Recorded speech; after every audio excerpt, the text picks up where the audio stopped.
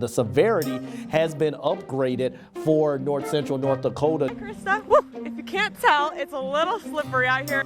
I'm here with Krista Kudrowski and our photographer, Brad Williams. We're driving around in the KFYR mobile, I suppose you could call it. I'm Sarah Berlinger in Dickinson. I talked with an official in Medora. I can tell you that plows with the Department of Transportation have been on the move this morning. It's a system which is continuing to evolve. We've got all that moisture streaming into the northern plains.